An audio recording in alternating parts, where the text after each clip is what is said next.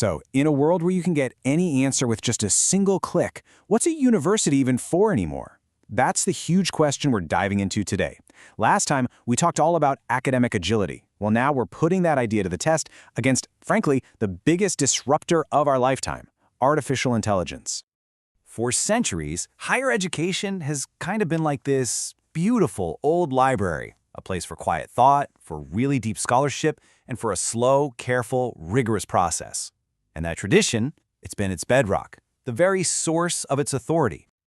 But what happens when that quiet library suddenly gets plugged into the entire internet with a super fast, all-knowing assistant at every single desk? You see, the rise of AI isn't just another tool. It's a massive shift in how we find information, how we create knowledge, and even how we think. So the question isn't if academia will change, but is it actually ready for this AI awakening? Okay, so let's try to look past the anxiety for a second and explore the incredible possibilities here. The optimistic view isn't about AI versus academia. It's about AI with academia, a partnership that could seriously unlock a whole new era for education. This isn't about swapping out professors for robots. Not at all. It's about giving them superpowers.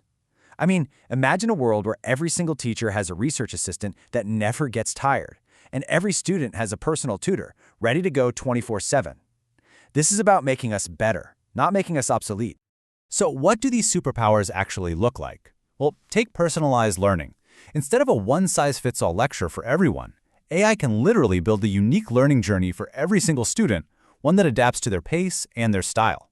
It's like having a personal trainer for your brain, right? Pushing you where you need a challenge and helping you out where you struggle. But at the end of the day, this isn't about just adopting a new gadget. It's about fundamentally rethinking what we ask our students to do. I mean, instead of an essay that a machine could write in 5 seconds, what if we asked them to build something, or create a solution, or defend a really complex idea in a live debate? The real work here is evolving how we teach to match the power of the tools we now have. Okay, but here's the flip side. What if that amazing, superpowered assistant is also a master forger? This is the fear that's keeping a lot of educators up at night. For every promise AI makes, there is a very real, very valid question about the future of academic integrity. And this is the core of the problem, isn't it? If you're a student, how do you prove that you've actually learned the material and you haven't just outsourced your thinking to a machine? And if you're a professor, how do you know whose work you're even grading anymore? This question hits at the very heart of what it means to earn an education. And these fears, they go in a bunch of different directions. Take the risk of over-reliance. We've all been there, right? You use your GPS so much, you forget how to actually read a map. The same thing can happen to our critical thinking skills if we're not careful. This isn't just about cheating. It's about the risk of de-skilling a whole generation of students. And here's the real kicker. Our old ways of measuring learning are basically becoming obsolete. The final paper, the timed exam, these are the exact things that generative AI is best at faking. So the fear isn't just about the new tech, it's about how vulnerable our old systems really are. So, where do we go from here? Do we just embrace these tools, ban them from campus? Well, the truth is, it's not that simple. The path forward isn't about picking a side. It's about building entirely new frameworks that can harness the good while protecting what really matters.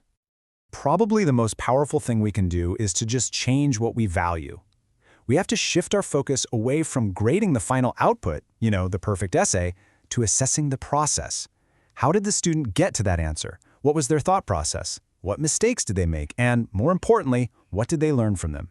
That's where the real learning happens, and that's something a machine just can't fake.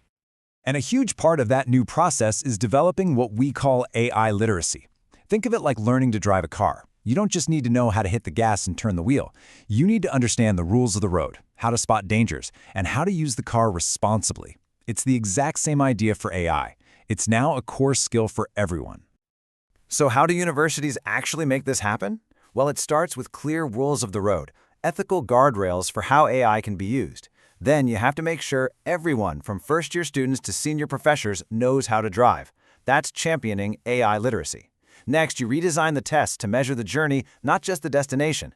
And finally, you give the faculty the keys, the training and support they need to lead this whole transformation.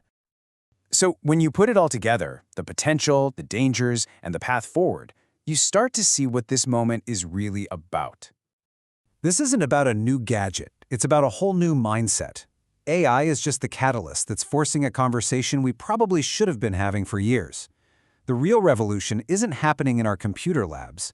It needs to happen in our curriculum committees, in our faculty meetings, and, honestly, in our own minds. This moment isn't a threat.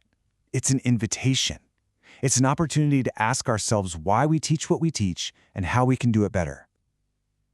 So the final question really isn't whether AI will change education. The real question is, how will we choose to change with it? And as we'll explore in our next explainer, this whole new mindset is already reshaping the very definition of success in academia.